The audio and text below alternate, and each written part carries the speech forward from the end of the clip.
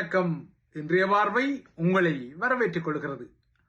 அம்மையார் நூற்குற நூலுக்கும் பேரனின் அரைஞான் கொடி கயிற்றுக்கும் சரி என்பது போல ஒரு பழமொழி உள்ளது. இந்த பழமொழியை நினைவூட்டுவது போல அனைத்துலக குடிசார் மற்றும் அரசியல் உரிமைகளுக்கான சர்வதேச நியமம் இல்லையென்றால் உடன்படிக்கையான ICCPR எனப்படும் இவ்விதி குறித்து ஒரு சடுதியான எதிர்வினை ஸ்ரீலங்காவின் காவல்துறை மா அதிபர் பிரியந்த வீரசூரியவிடமிருந்து வெளிவந்தமை ஒரு அவதானத்தை ஏற்படுத்தக்கூடிய விடயமாகின்றது. வடக்கின் சுயேட்சை கிளாடியேட்டர் MP மலையக தமிழ் மக்களை இழிவுபடுத்தும் வகையிலும் வெறுப்புணர்வை தூண்டும் வகையிலும் அண்மையில் கருத்துக்களை தெரிவித்தார் என்ற அடிப்படையில் இதே ICCPR விதிகளில் அவரை கைது செய்ய வேண்டும் என மலையக குடிசார் பிரதிநிதிகள் ஸ்ரீலங்கா குற்ற புலனாய்வு பிரிவிலும் காவல்துறையின் தலைமையகத்திலும் நேற்று முன்தினம் முறைப்பாடுகளை பதிவு செய்த நிலையில்தான் இந்த எதிர்வினை ஸ்ரீலங்காவின் காவல்துறை மாதிபர் பிரியந்த வீரசூரியவிடமிருந்து வந்திருக்கிறது. அதாவது இந்த சட்டத்தின் கீழ் குறித்த ஒருவரின் கருத்து அல்லது கூற்று இல்லையென்றால் அவரது வெளிப்பாடு பாகுபாடு, பகமை அல்லது வன்முறையை ஊக்குவிக்கின்றதா என்பதை அலசி ஆய்வு செய்த பின்னரே ஒரு தனிநபரை கைது செய்யலாமா இல்லையா என்பதை காவல்துறை முடிவெடுக்க வேண்டுமென காவல்துறை மா அதிபர் ஒரு கராரான விடயத்தை சொல்கிறார்.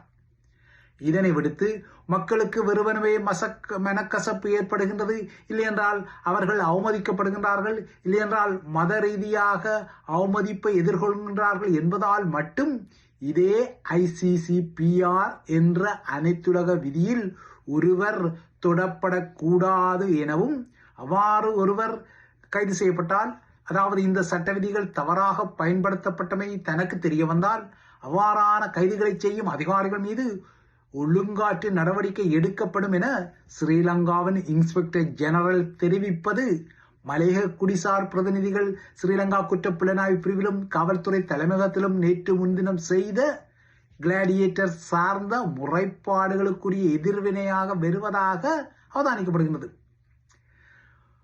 தமிழர் தாயக பகுதியில் வடக்கில் காவல்துறை மறைத்து வாகனத்தை நிறுத்தாமல் சென்றார் என்ற அடிப்படையில் அண்மையில் அல்லைப்பிட்டி பகுதியில் ஒரு 11 இளைஞர் தலைக்கு நேரே சுட்டு தள்ளப்பட்ட நிலையில் இதே நாட்டில் சதி குற்றச்சாட்டில் கைது செய்யப்படும் முக்கிய முகங்களுக்கெல்லாம் திடீர் உடல்நல குறைவுகள் வந்தால் கொழும்பு தேசிய மருத்துவமனையில் அவர்களுக்கு இடம் கிடைக்கும் என்ற யதார்த்தங்களும் இருக்கத்தான் செய்கின்றன. இந்த நிலையில்தான் அனைத்துலக வெறுப்பு குற்ற சட்ட விதிகளை பயன்படுத்தும் போது ஸ்ரீலங்கா காவல்துறையினர் அவதானமாக இருக்க வேண்டும், தேவையற்ற கைதுகளை செய்யக்கூடாது என்ற வகையில் ஸ்ரீலங்காவின் காவல்துறை மாதிபர் குறிப்பிடுகின்றார். ஆனால் அதே சமகாலத்தில் அதே இலங்கை தீவில் ஈஸ்டர் தாக்குதல் என்ற குரூரமாக நூற்றுக்கணக்கானோரை பலியெடுத்த சதிகளுக்கு பின்னால் இருந்தார் என்ற குற்றத்தினும் ஐயத்திலும் அடிப்படையில் தமது நாட்டின் பயங்கரவாத தடை சட்டத்தின் கீழ் தடுத்து வைக்கப்பட்டு விசாரணை செய்யப்பட்ட புலனாய்வுத்துறை தலையும் ஓய்வெற்ற மேஜர் ஜெனரல் தர அதிகாரியுமான சுரேஷ் சாலைக்கு திடீர் உடல்நல குறைவு வந்திருப்பதால் அவர் தேசிய மருத்துவமனைக்கு அனுமதிக்கப்பட்டார். பின்னர் அந்த மருத்துவமனையிலிருந்து மீண்டும் CIDக்கு கொண்டு செல்லப்பட்டதாகவெல்லாம் இன்று செய்திகள் வந்தன. இன்னும் 2 வாரங்களுக்கு இடையில், அதாவது ஏப்ரல் 5ஆம் தேதி ஈஸ்டர் ஞாயிறு தினம் வருவதும், அந்த நாள் 2019 இலங்கையில் பெரும் குரூரமான தாக்குதலுக்குரிய ஒரு நாளாக இருந்ததும், அந்த நாளின் இன்னொரு நினைவு நாள் நினைவூட்டப்படுவதற்கான நாட்கள் கடக்கும் நிலையில்தான் இந்த தாக்குதலுக்குரிய சதியில் முக்கிய சூத்திரதாரியாக செயற்பட்டார் என ஸ்ரீலங்கா அரசாங்கத்தாலேயே தற்போது சுட்டுவிரல் நீட்டப்படும் சாலைக்கெல்லாம் திடீர் சுயீனம் வந்திருக்கின்றது. இதற்கிடையே அமெரிக்காவால் அண்மையில் இலங்கை கடற்பரப்புக்கு அண்மையில் மூழ்கடிக்கப்பட்ட ஈரானின் ஐரிஸ்தேனா என்ற போர்க்கப்பலுக்கு ஸ்ரீலங்கா உத்தியோகபூர்வ அழைப்பு விடுத்தது என கொழும்பிலுள்ள ஈரானிய தூதர் ஒரு ஊடக மாநாட்டை நடத்தி தெரிவித்த கருத்தை ஸ்ரீலங்கா அரசாங்கம் நேற்று மறுத்திருக்கின்றது.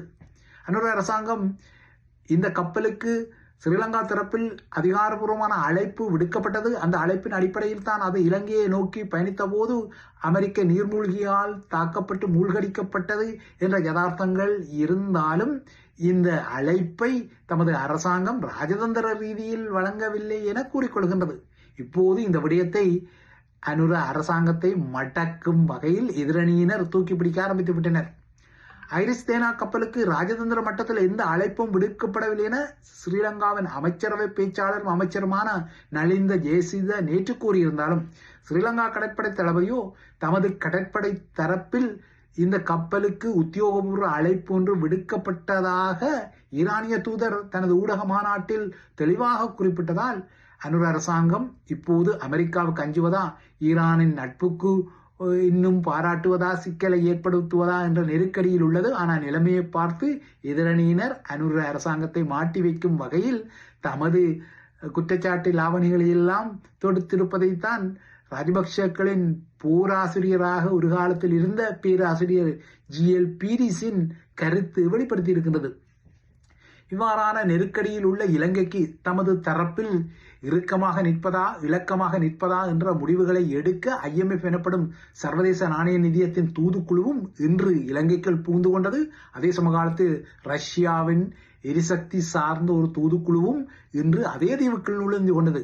IMF குழுவை பொறுத்தவரை ஏப்ரல் 9 வரை இலங்கையில் தங்கியிருந்து சமகால மத்திய கிழக்கு போர் நிலவரங்களால் இலங்கையரின் பொருளாதாரத்தில் ஏற்படக்கூடிய தாக்கங்களை அவதானித்து மக்களுக்கு தமது தரப்பால் எந்த அளவுக்கு இலக்கங்கள் இல்லையென்றால் ஆறுதல்கள் வழங்கப்பட வேண்டும் என்ற விடயத்தில் ஒரு முடிவை எடுத்துக்கொள்ளக்கூடும்.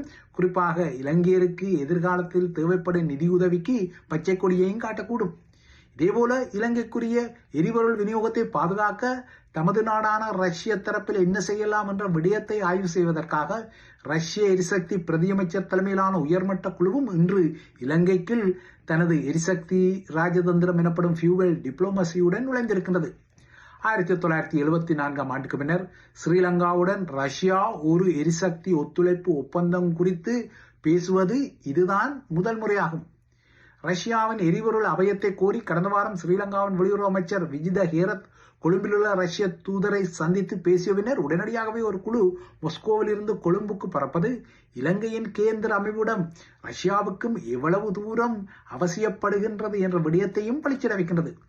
ஒரே நாளில் நாணய நிதிய குழுவும் அதாவது IMF குழுவும் ரஷ்ய குழுவும் இலங்கைக்குள் நுழைவது ஒரு முக்கியமான குறியீட்டு செய்தியை வழங்கினாலும் இப்போதைய நிலையில் அழுதும் பிள்ளை அவளைதான் பெற வேண்டும் என்பது போல சமகால எரிசக்தி பாதக நெருக்கடிகளை இலங்கை மக்கள் தான் சுமக்க வேண்டி வருகின்றது. அடுத்த மாதம் ஈஸ்டர் பண்டிகை வருகின்றது. அதன் பின்னர் தமிழர்களுக்கும் சிங்களவர்களுக்கும் உடைய சித்திரை புத்தாண்டு காலம் வரவுள்ள நிலையில் இலங்கையில் ஏற்கனவே பருப்பு, கருவாடு, தேங்காய் எண்ணெய் போன்ற பல பொருட்களின் விலைகள் எரிபொருள் விலையேற்றத்துடன் ஏறிவிட்டன. இதுவும் போதாதென நாட்டின் தற்போதைய வறண்ட வானிலை காரணமாக நாட்டின் நீர் மின் உற்பத்தி நிலைக்குரிய நீரேந்து பகுதிகளில் மழை குறைவடைவதால் எதிர்வரும் வாரங்களில் மின் உற்பத்திக்கும் சவால் எழும் என்ற எச்சரிக்கைகளும் வருகின்றன. மத்திய கிழக்கு மோதல் எழுவதற்கு முன்னரே தரமற்ற நிலக்கரி இறக்குமதியால் ஸ்ரீலங்காவின் மிகப்பெரிய அனல் மின்சார உற்பத்தி நிலையமான நுரைச்சோலையில் உள்ள லக்விஜய கூடத்தின் உற்பத்தி பாதிக்கப்பட்டபடியே நீங்கள் அறிந்த விடயம். அதாவது நுரைச்சோலை மின் உற்பத்திக்கு தற்போது தரம் குறைந்த நிலக்கரி பயன்படுத்தப்பட்டு வருவதால் அந்த ஆலையின் உற்பத்தி திறன் பாதிக்கப்பட்டு அதனால் தினசரி 130 முதல் 160 வரை மெகாவாட் மின் இழப்பு ஏற்படும் நிலையில்தான் வறட்சி காரணமாக நீரேந்து பகுதிகளிலும் நீர் இல்லாவிட்டால் நீர் மின் உற்பத்தி பாதிக்கப்படும் என்ற நிலைமை இருக்கின்றது. இதற்கிடையே மத்திய கிழக்கு மோதல்கள் காரணமாக இலங்கையில் டீசல் மூலம் மின் உற்பத்தி செய்யப்படும் இடங்களுக்கு அதாவது உற்பத்தி கூடங்களுக்கு தேவையான எரிபொருள் விநியோகத்திலும் சவால்கள் உள்ளன.